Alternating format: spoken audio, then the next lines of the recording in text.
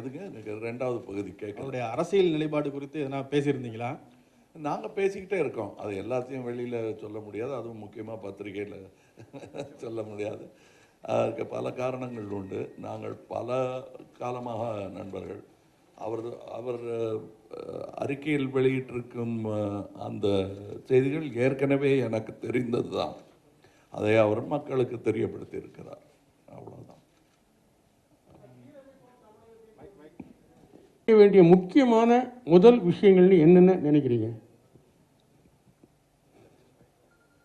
இல்லாத ஒரு விஷயம் இருக்க வேண்டும் என்று ஆசைப்படுவதே சீரை நோக்கி செல்லும் ஒரு முனைப்பு தான். ஊழல் ஃபஸ்ட்டு ஆனால் பாக்கி எல்லா வேலையும் டக்கு டக்குன்னு டாமினோ பிரின்சிபல் என்று சொல்வார்கள். அந்த ஒரு விஷயத்தை தட்டிவிட்டால் பாக்கி தீமைகள் எல்லாம் தன்னால் சாய்ந்துவிடும், சரிந்துவிடும். அதற்கு பிறகு சீரமைக்க வேண்டிய பட்டியல் நிறைய இருக்கிறது. ஒவ்வொரு தொகுதியிலும் எங்கள் ஆட்கள் போய் கேட்டுக்கொண்டிருக்கிறார்கள். வேலையின்மை என்பது மிகப்பெரிய சவாலாக இந்தியாவையும் முக்கியமாக தமிழகத்தையும் தாக்கி கொண்டிருக்கிறது. அவற்றுக்கெல்லாம் தீர்வு இருக்கிறது என்று நம்பும் கட்சிகள். அது என்ன தீர்வு என்று நீங்கள் கேட்டால் அதை செய்து காட்டிவிட்டு சொல்வதோ அல்லது அட்லீஸ்ட் பட்டியல் மக்கள் நீதி மையத்துடையது என்பதை பிரகடனப்படுத்தி விட்டோ அதை பப்ளிசைஸ் பண்ணலாம். இல்லைன்னா அது வெவ்வேறு கட்சிகளுக்கு நாங்கள் ஆலோசனை கொடுப்பது போல ஆகிவிடும். அதுவும்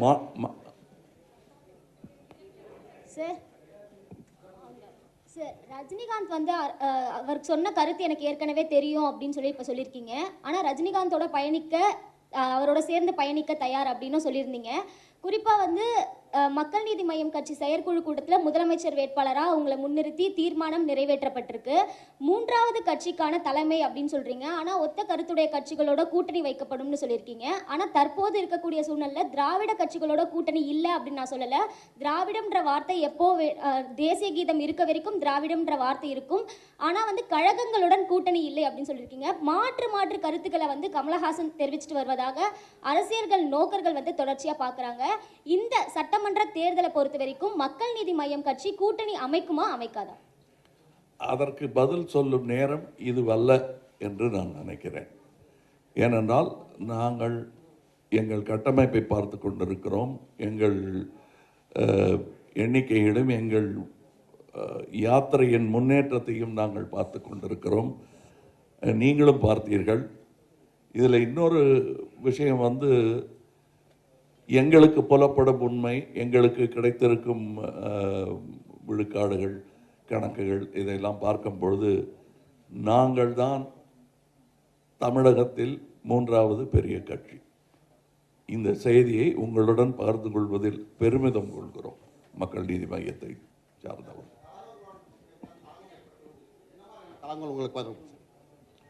கழகங்களோட கூட்டணி அமைத்தால் களங்கம் ஏற்பட்டுவிடும். என்ன கழகம் உங்களுக்கு வந்துரும்? அது பத்திரிகையில் வந்த செய்தி. இது பத்திரிகை சந்திப்பு. இப்பொழுது உங்களுடைய நிர்வாகிகளோடு நீங்க பேசுற கருத்து தான் வெளியே வந்திருக்கு. அந்த கருத்துக்கள்லாம் வந்து இல்லை, என்னை கூட்டணிக்கு இவ்வளவு அவசரப்படுத்தும் காரணம் என்ன? அதை நீங்க சொல்லுங்க. நீங்க எனக்கு இல்ல, நீங்க பேசும்போது 3வது அணிக்கான தகுதி வந்து விட்டது மக்கள் நீதி மையத்துக்கு அப்படின்னு சொல்லியிருக்கீங்க. அப்ப 3வது அணி அமைக்க போறீங்களா?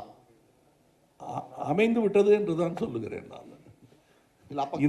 இதுவே ஒரு அணி. ஆகையால் நாங்கள்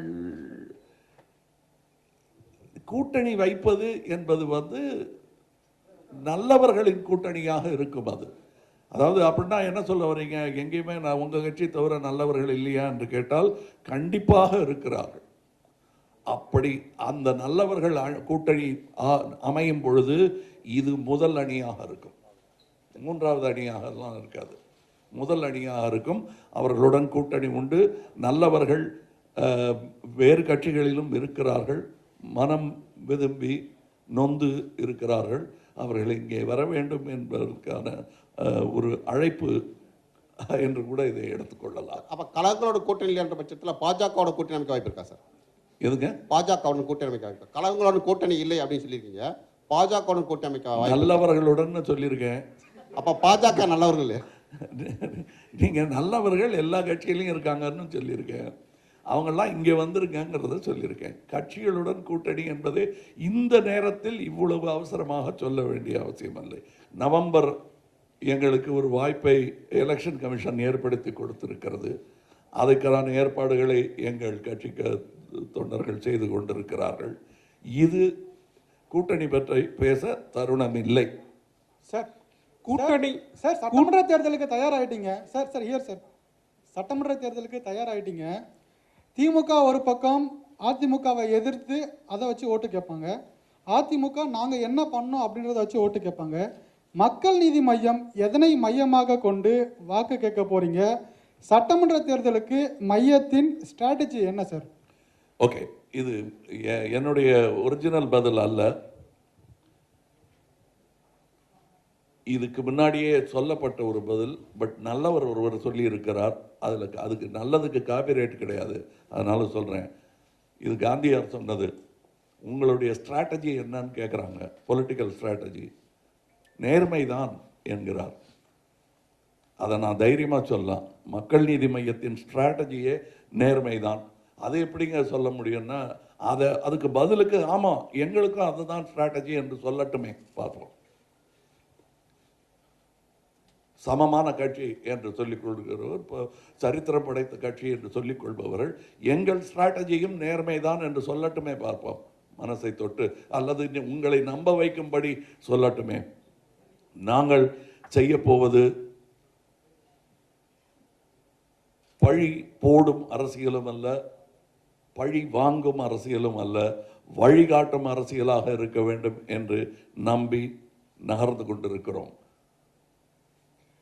தமிழகத்தின் மூன்றாவது மிகப்பெரிய கட்சியாக மக்கள் நீதி மையம் இருக்கு அப்படின்னு சொன்னீங்க. தமிழகத்தின் மூன்றாவது பெரிய கட்சியாக மக்கள் நீதி மையம் இருக்குன்னு சொல்லியிருக்கீங்க. எதன் அடிப்படையில்? கூடுதலாக இன்னொரு கேள்வி, திரு முருகானந்தம் சொன்னார் 160 தொகுதிகளை வெல்வதற்கான வாய்ப்பு மக்கள் நீதி மையத்திற்கு இருக்கு அப்படின்னு. இது எந்த புள்ளி விவரங்கள் அடிப்படையில், எந்த கலாய்வின் அடிப்படையில்? முதல் கேள்வி உங்களுக்கு.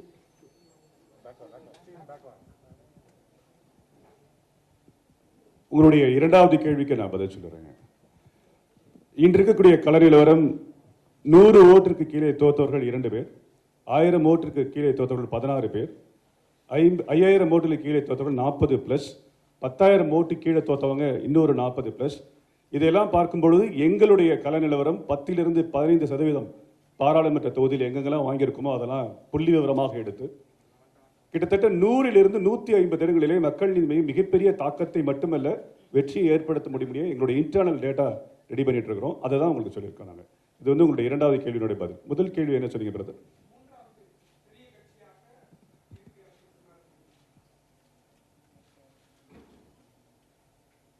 அதாவது எங்க கள ஆய்வுகளின் சாதனை நிலையை வைத்து சொன்னதுதான், தன்னம்பிக்கையில் வந்த வார்த்தை தான். எங்களுக்கு நம்பிக்கை வர வேண்டும் என்பதற்காக சொன்ன வார்த்தை அல்ல அது. கள ஆய்வுகள் எங்களுக்கு தெரிவிக்கும் எண்கள் தவிர, கடந்த சில குறுகிய காலகட்டத்தில் 1,00,000 பேர் கட்சியில் புதிதாக சேர்ந்திருக்கிறார்கள். அது எங்களுக்கு மக்கள் கொடுக்கும் சமிக்கை என்றே எனக்கு தோன்றுகிறது.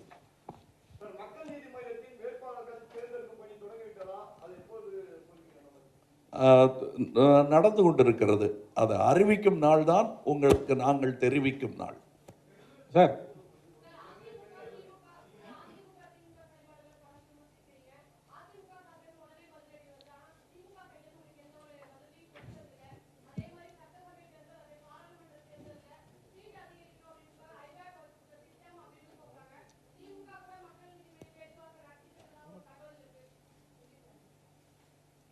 உங்களுக்கு தகவல் சொன்னது யாருன்னு சொல்லுங்க. ஏன்னா எனக்கு அவங்க தகவல் சொல்லலை. உங்க தகவல் எங்கிருந்து வர்றது தெரியல. எனக்கு தகவல் வரலைங்க. நான் தான் மக்கள் நீதி மையத்தின் தலைவர். அதனால எனக்கு தெரியல உங்களுக்கு எங்கிருந்து தகவல் வந்தது. சார் ரஜினிகாந்த் சார்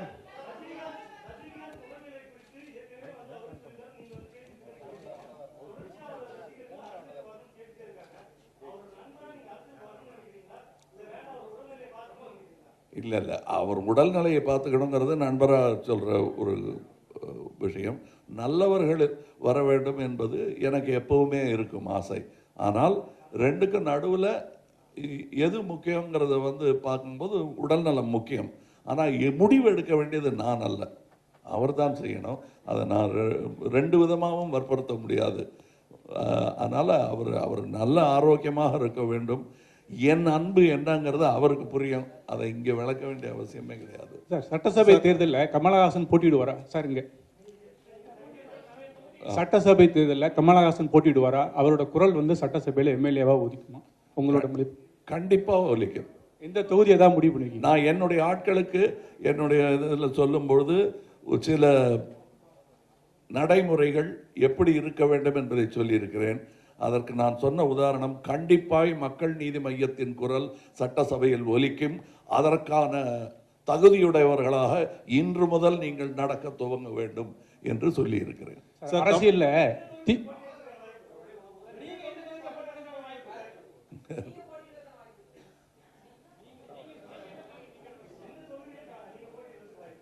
எந்த தொகுதியில்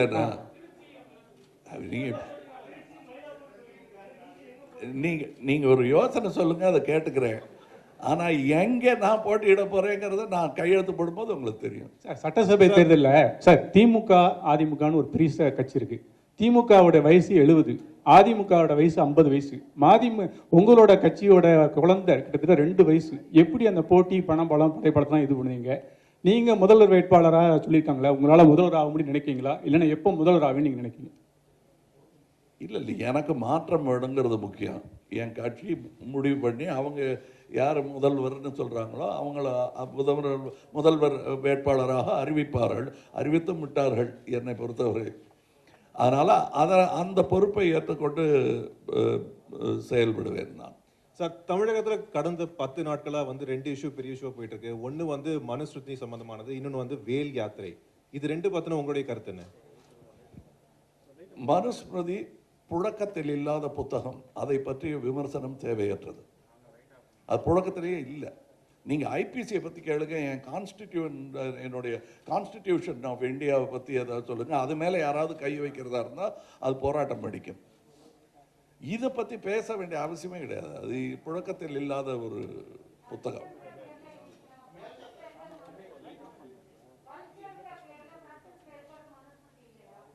எதுங்க, கல்ச்சர்ல எத்தனையோ இருக்குங்க. அதாவது உடன்கட்டை ஏறுதலும் கல்ச்சர்ல இருந்தது தான். நீங்க அதில் ஏறக்கூடாதுன்னு நான் நினைக்கிறேன். எத்தகைய சோகம் உங்கள் வாழ்க்கையில் ஏற்பட்டாலும் நீங்கள் அதுக்கு இலக்காக கூடாது. அது கல்ச்சருங்கிற பேரில் அதை செய்யக்கூடாதுன்னு. அப்படி மாறி மாறி வருவது தான் கல்ச்சர். நாம் தான் அதன் காவலர்கள். அது பழையதை காத்து வைப்பது அல்ல கல்ச்சர். காலத்துக்கு ஏற்ப, தேவைக்கு ஏற்ப நம்முடைய கல்ச்சரை மாற்றிக்கொள்ளணும். ஆனால் அந்த கல்ச்சர் மாறும்போது நம்முடைய தரம் எவ்விதத்திலும் குறைந்து விடக்கூடாது. ஐயா, என்னுடைய ஆர்வம் எல்லாம் வேலை எப்படி வாங்கி தருவது என்பதுதான். இந்த வேலை யார் வேணா கையில் எடுக்கலாம். அந்த வேலை வாங்கி தருவது என்பது பெரிய பொறுப்பு. தமிழகத்திற்கு நாம் செய்ய வேண்டிய முதல் கடமை அது. அந்த வேலை யாத்திரை வேண்டான்னு ரத்து செய்தாங்கன்னா நல்லது. அது சட்ட ஒழுங்கை நினைத்து அவர்கள் செய்திருக்கலாம். அதற்கு இங்கே ஒரு கடந்த கால போலீஸ்காரர் உட்கார்ந்திருக்கிறார். அதை நன்றி வேணா, அதுக்கு சட்ட ஒழுங்கு காக்கப்பட்டது என்று நன்றி சொல்லலாம்.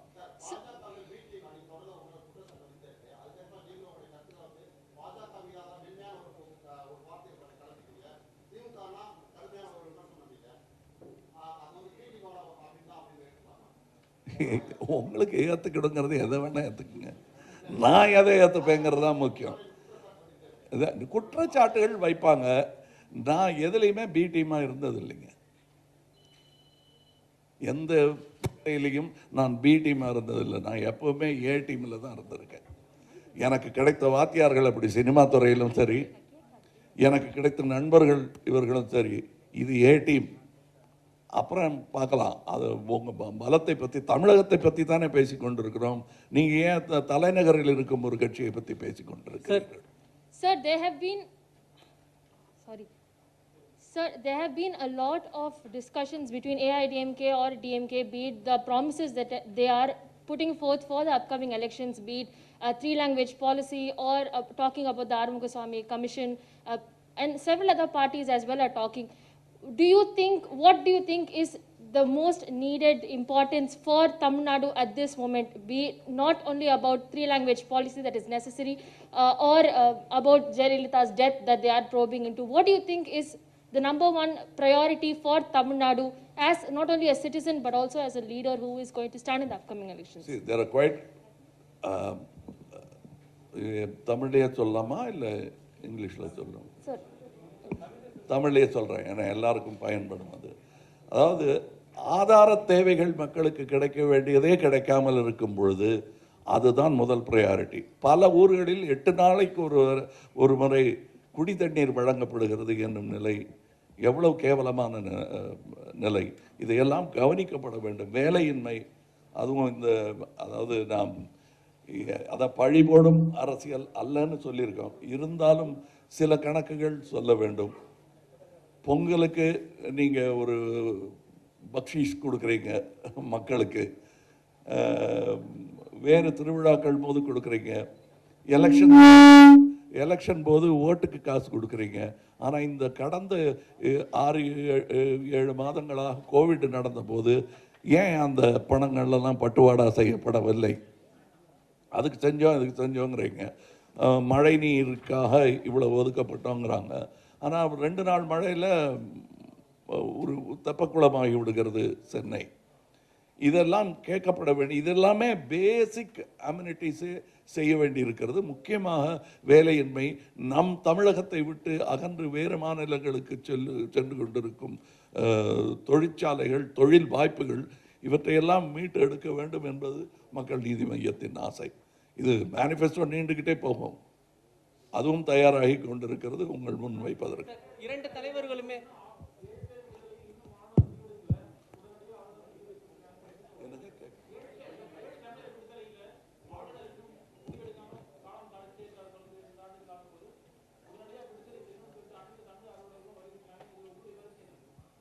இல்லை, அந்த தண்டனை காலம்ங்கிறத எனக்கு தூக்கு தண்டனையில் நம்பிக்கை கிடையாது என்பதற்காக ஒரு சினிமாவே எடுத்திருக்கேன். நான் கூடாது என்பது தான். பல நாடுகளில் அது ஒழிக்கப்பட்டு விட்டது. நம்ம நாட்டிலும் அது வர வேண்டும். ஆனால் அப்பத்தான் திருந்துவாங்கங்கிறாங்க. இதில் மேலிடத்தில் திருத்தங்கள், அவர்களுடைய நடைமுறை வாழ்க்கை, அரசியல்வாதிகள் எல்லோருமே நேர்மையாக நடந்து கொண்டால் மற்றவர்களும் நேர்மையாக நடந்து, ஒரு டிட்டரண்ட், உன் உயிரை வாங்கி விடுவேன் என்று சொல்வது நல்ல சமூகத்தின் அடையாளம் அல்ல. சட்டம் இருக்க வேண்டும், ஒழுங்கு இருக்க வேண்டும். இருங்க, அவருக்கு இன்னும் பதில் முடியல. அதுக்கு நான் சொல்லிடுறேன். என்னன்னா, தண்டனையின் அளவை வெவ்வேறு காலகட்டத்தில் கூட்டியும் குறைத்தும், ஆயுள் தண்டனைங்கிறது நிஜமாவே ஆயுள் பூரா தண்டனை கிடையாது. நம்ம அதில் 14 வருஷங்களா, 14 வருஷம். அது ஒரு ராமருடைய வனமாசம் நீளம்தான் ஆயுள் தண்டனைங்கிறது. அப்படி இருக்கும்போது அதற்கான தண்டனையை கிட்டத்தட்ட அனுபவிச்சுட்டாங்க அவங்க.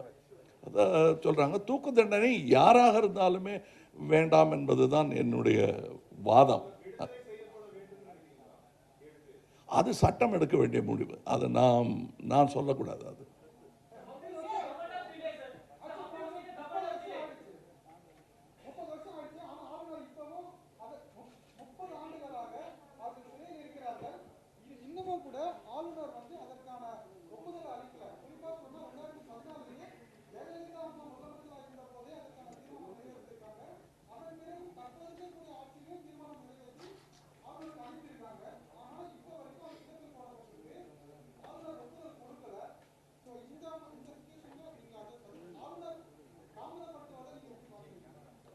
தாமதம் தான் பார்க்குறோம். Justice delayed is justice denied.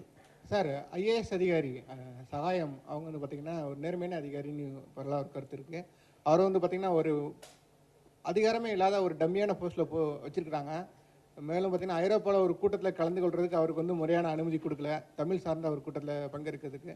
இந்த நிலையில் அவர் தனது பதவியை 3 வருஷத்துக்கு முன்னாடியே விருப்ப ஓய்வு கேட்டு அவர் அப்ளை பண்ணியிருக்காரு. இது மாதிரி ஒரு நேர்மையான ஒரு ஐஏஎஸ் அதிகாரிக்கு தமிழகத்தில் இந்த ஒரு சூழ்நிலை இருக்குது எப்படி பார்க்குறீங்க? ரெண்டாவது கொஸ்டின், நடிகர் ரஜினிகாந்த் அரசியல் கட்சி ஆரம்பிக்காத பட்சத்தில் அவர்கிட்ட நீங்கள் வந்து ஆதரவு கேட்பீங்களா? 2 கொஸ்டின். நான் எல்லா தமிழர்கள்ட்டையும் கேட்டுட்டு இருக்கேன். தமிழ்நாட்டில் வசிப்பவர்கள் எல்லாரிடத்திலும் கேட்குறேன். அவர்கிட்ட கேட்காம விட்டுருவேன்னா? கட்சி ஆரம்பித்தா கேட்குறது வேற விஷயம், ஒரு ஆதரவுன்னு கேட்குறது வந்து வேற விஷயம். கட்சி ஆரம்பிக்காத போது அப்புறம் மக்கள் நீதி மையத்திட்டு ஆட்சியை கொடுத்து பாருங்கள், சகாயம் மாதிரி ஒரு சோகம் ஏற்படாது, அவருக்கு ஏற்பட்ட சோகம் ஏற்படாது. அவ்வளோதான் சொல்ல முடியும். நாங்கள் மதிக்கிறோம், அந்த மாதிரி நல்ல அதிகாரிகளை மதிக்கிறோம். அவர்கள் நியாயமாக இருக்க வேண்டிய இடம் இது. இது ஒரு அழைப்புன்னு எடுத்தால் அதில் ஒன்றும் வெக்கமே இல்லை. நல்லவர்களை தேடி பிடித்து அழைப்பது என்பதில் எங்களுக்கு எந்த வெக்கமும் கிடையாது, பெருமைதான். பிக் பாஸ் நிகழ்ச்சியை வந்து கமலஹாசன் வந்து அரசியலுக்காக பயன்படுத்துகிறார், அதில் வந்து மக்கள் நீதி மையம் லோகோலாம் கொண்டு போய் வைக்கிறார்ன்ற மாதிரி ஒரு குற்றச்சாட்டு இருக்கு. இது எப்படி பார்க்குறீங்க? இது ப்ளஸ்ஸாக பார்க்குறீங்களா, மைனஸாக பார்க்குறீங்களா, எப்படி பார்க்குறீங்க? நான் அதாவது நீங்கள் 3 எழுத்தில் என் மூச்சு இருக்கும், அது முடிந்த பின்னாலும் பேச்சு இருக்கும். அதை பற்றி கேட்காத ஆட்கள் இதை பற்றி ஏன் கேட்குறீங்கன்னு தான் கேள்வி. ஆமாம், மேடையில் முழங்கும் அறிஞர் அண்ணா போல் நல்ல நல்ல பிள்ளைகளை நம்பி இந்த நாடே இருக்குது தம்பின்னு சொல்லியிருக்காரு. அவரை கேட்காத கேள்வியை என்னை கேட்கிறீர்கள். ஒரு கட்சியுடைய மேனிஃபெஸ்டோவையே நான் ஆணையிட்டால் அது நடந்து விட்டால் இனி ஏழைகள் வேதனை பட மாட்டார்னு மேனிஃபெஸ்டோ மாதிரி ஒரு படத்தில் சொல்கிறாரு. நாகிரெட்டியார் அதன் தயாரிப்பாளர், எம்ஜிஆர் பிக்சர்ஸ் எடுத்த படம் இல்லை அது. ஆக எங்களுக்கு வாய்ப்பு கிடைக்கும் போதெல்லாம் நாங்கள் அதை சொல்லுவோம். இப்போ எம்ஜிஆர் வந்து பல நடிகர்களுக்கு, கட்சியில் இருந்த நடிகர்களுக்கு தன் கட்சி சின்னத்தை பச்சை குத்தி விட்டார். அவர்கள் எங்கு சென்று கையை உயர்த்தினாலும் அது கட்சிக்கான விளம்பரமாகத்தான் மாறும். அது மாதிரி தான் இது. இப்போ கமலஹாசன், மக்கள் நீதி மையம் ரெண்டும் சினானிமஸ். எந்த மேடை கிடைத்தாலும் நான் மக்கள் பிரச்சனை பேசுவேன், அது கூடாதுன்னு யாரும் சொல்ல முடியாது. அது பேச்சு சுதந்திரம் சம்பந்தப்பட்டது, என் நம்பிக்கை சம்பந்தப்பட்டது. சார் சார் இங்கே ஹலோ சார்,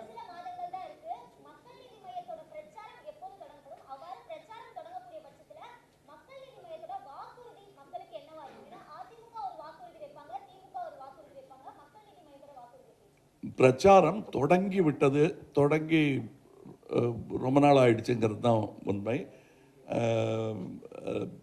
நான் எந்தெந்த இடத்துக்கெல்லாம் சென்று உங்கள் கண்ணில், உங்கள் வெளிச்சத்தில் நான் நிற்க முடிகிறதோ அங்கெல்லாம் இனி என்னுடைய பிரச்சாரம் நடந்து கொண்டிருக்கும்.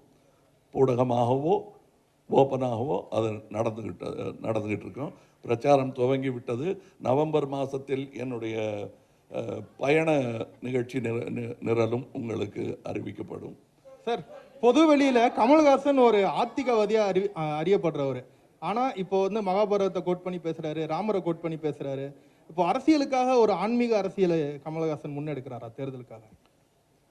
நான் நாத்திகவாதி அல்ல என்பதை பல முறை பல மேடையில் சொல்லியிருக்கிறேன். ஏன் அதை மறுக்கிறேன் என்றால், அது ஆத்திகர்கள் கொடுத்த பெயர். ஆஸ்தி நாஸ்தி என்ற பெயர் சொல்லிலிருந்து வருகிறது. அது அந்த பட்டத்தை நான் ஏற்றுக்கொள்ள மாட்டேன். எனக்கென்று ஒரு பெயர் நான் வைத்து கொண்டிருக்கிறேன். அது காலகாலமாக என்னை போன்ற சிந்தனையாளர்கள், எனக்கு கற்றுக் கொடுத்த குருவார்கள் எல்லாம் தங்களை அப்படித்தான் நினைத்து கொண்டிருக்கிறார்கள்.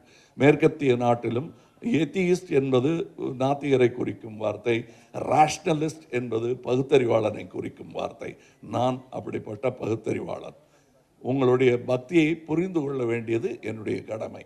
உங்களுடன் நான் ஒத்து வாழ வேண்டும், ஒரே இடத்தில் வாழ வேண்டும் என்ற பட்சத்தில் உங்கள் பக்தியை புரிந்து கொண்டு எனக்கு இடைஞ்சல் இல்லாமல் அதை நான் எப்படி வாழ்கிறேன் என்பதுதான் பகுத்த அறிவு.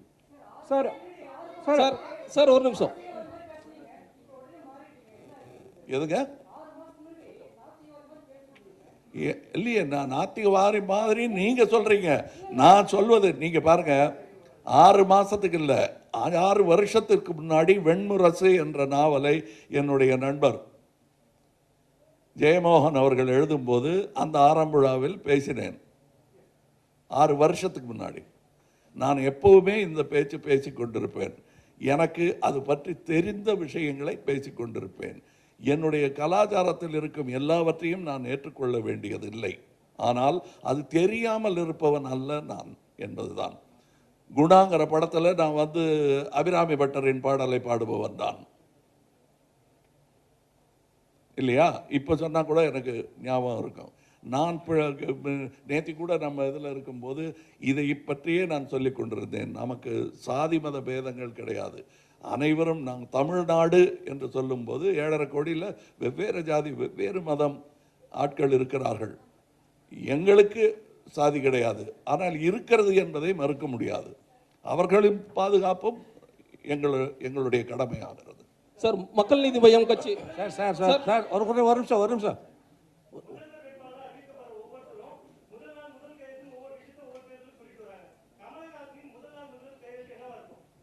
இந்த பல்லில்லாத லோக்பாலுக்கு பல்லு கட்டுவது தான். ஏன்னா அந்த சக்கரம் சுத்தணும்னா பல்லு இல்லாத சக்கரம் சும்மா உரசிக்கிட்டே இருக்கும், அவ்வளோதான். சாணை பிடிக்கலாம், அவ்வளவுதான். அதை தவிர வேற ஒன்றும் பண்ண முடியாது. பல்லு வச்சுட்டோம்னா மெஷினரி நகரும். அது பல்லில்லா சட்டமாக அது இருக்கக்கூடாது என்பது தான். Sir, this is regarding Manusmriti. Sir, this is regarding Manusmriti. You said it is not in practice அப்படின்னு சொன்னீங்க. Manusmriti இப்போ அது வந்துட்டு ப்ராக்டிஸ் இல்லை அப்படின்ட்டு. ஆனால் இந்தியன் கவர்மெண்ட் வெப்சைட்லேயே வந்துட்டு கல்ச்சர் ஆஃப் இந்தியன் கல்ச்சர்ஸில் வந்து there are content materials related to Manusmriti has been content இருக்குது, அதிலே அவங்க போட்டிருக்காங்க. ப்ளஸ் இது பார்த்தீங்கன்னா நீங்கள் நிறைய பேர் வந்துட்டு scholars experts they are saying that directly or indirectly this government is trying to bring back மனுஸ்மிருதின்னு சொல்கிறாங்க.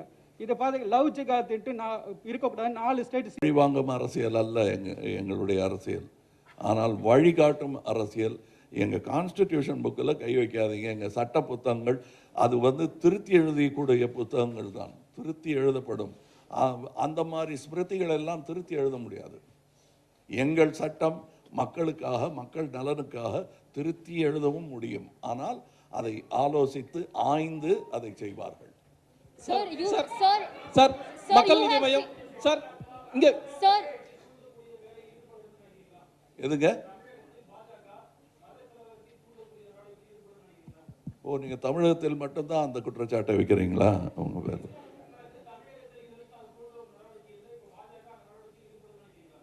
எங்களை ஆட்சி கொண்டாங்க தமிழகம். நீங்க இது போன்ற நடவடிக்கைகள் இல்லை என்று சொல்வதற்கு முன்னுதாரணமாக திகழும் தமிழகம். சார், மக்கள் நீதி மய்யம் கட்சி தேசிய கட்சியா உருவெடுக்கும்னு சொல்லியிருக்கீங்க. இங்க சார் மக்கள் நீதி மய்யம் கட்சி தேசிய கட்சியா உருவெடுக்கணும் ஒரு முடிவு எடுத்திருக்கீங்க. அதை பத்தி என்னங்க? மக்கள் நீதி மய்யம் கட்சி மாநில கட்சியா இல்லாம தேசிய கட்சியா உருவாகணும்னு தொண்டர்கிட்ட கடந்த 3 நாள் மீட்டிங்ல முடிவு எடுத்திருக்கீங்க. முடிவு எடுத்திருக்கேன். அதை என்ன பிளான் வச்சிருக்கீங்க சார்? அதுக்காக இல்லை, நான் வல்லவனாக வேண்டும், நல்லவனாக வேண்டும் என்பதெல்லாம் வந்து பிளான். அதை நோக்கித்தான் நகர வேண்டும். தேசிய கட்சியாக வேண்டும் என்பது இன்றைய தேதியில் பேராசை போல் இருக்கலாம், ஆனால் நடக்கக்கூடிய ஒன்று.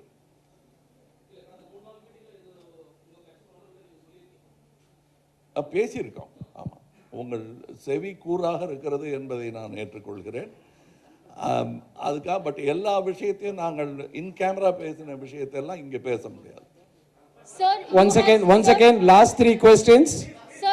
Sir, you have seen that you have also said that regarding be it COVID or about the welfare of the press, you have said and you have expressed about the freedom of expression and freedom of speech.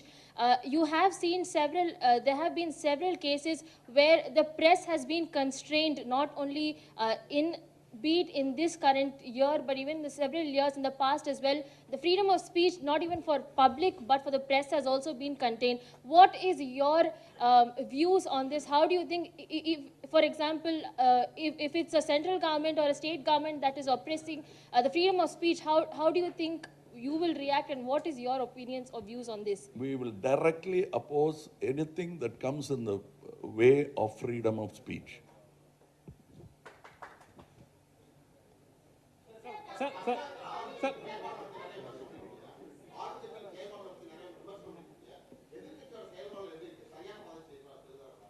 எது ஏங்க நீங்க வந்து பத்திரிகையாளர் செய்ய வேண்டிய வேலையை என்ன செய்ய சொல்றீங்க? நீங்க சொல்லுங்க. அது இன்னொன்று ஒரு ஆரம்ப பேச்சிலேயே உரையிலேயே நான் சொல்லியிருக்க வேண்டும். இல்லை ஆரம்ப உரையிலேயே சொல்லியிருக்க வேண்டும், சொல்ல விட்டுட்டேன். அதை சொல்வதற்கான வாய்ப்பை எனக்கு கொடுங்க. அதாவது தமிழகத்தை சீரமைப்போம், தலை நிமிர வைப்போம், மாற்றத்தை ஏற்படுத்துவோம் என்று நாங்கள் மாறுதட்டிக் கொள்வது தனியாக செய்ய முடியக்கூடிய வேலையே அல்ல. உங்கள் பங்களிப்பும் அதில் இருக்கிறது. இது உங்களுக்கு கொடுக்கப்படும் அழைப்புதல். தமிழகத்தை மாற்றுவதற்கான ஒரு முயற்சியில் நீங்களும் பங்கெடுக்க வேண்டும் என்பதுதான். நீங்கள் எந்த கட்சியை சார்ந்தவராக இருந்தாலும் தமிழர்கள் நலன் பேணுபவராகத்தான் இருப்பீர்கள் என்று நான் நம்புகிறேன்.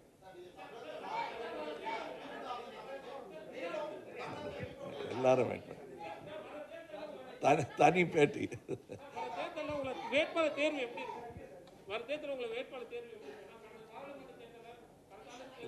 மைக்கில் பேசுங்க, மைக்கில்.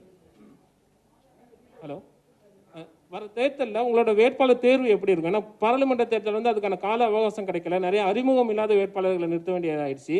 இப்போ வந்து என்னன்னா, இங்கே கட்சிகளை பொறுத்த வரைக்கும் வேட்பாளர் தேர்வில் முக்கியமாக பார்க்கப்படுகிறது வந்து ஜாதியும் பணமும் தான்.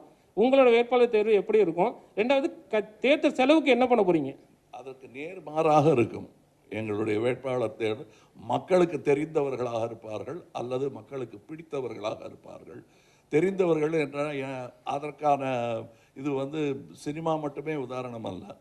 அவர்கள் தங்கள் நற்பணிகளால் மக்கள் மத்தியில் நற்பெயர் பெற்றவர்களாக இருப்பார்கள். அப்படித்தான் தேர்ந்தெடுக்க முயற்சிக்கிறோம். தேர்தல் செலவுக்கு என்ன பண்ணலான்ட்டு ஐடியா இருக்கு?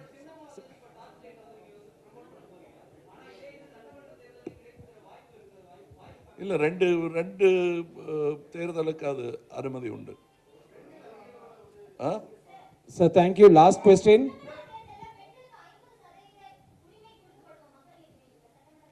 அதற்கான முயற்சியில் தான் நாங்கள் இருக்கிறோம். எங்கள் பார்ட்டியை அவங்களுடைய ஆர்வத்தை பார்க்கும்போது அது நடக்கக்கூடிய ஒன்றாகத்தான் தோன்றுகிறது. Thank you sir.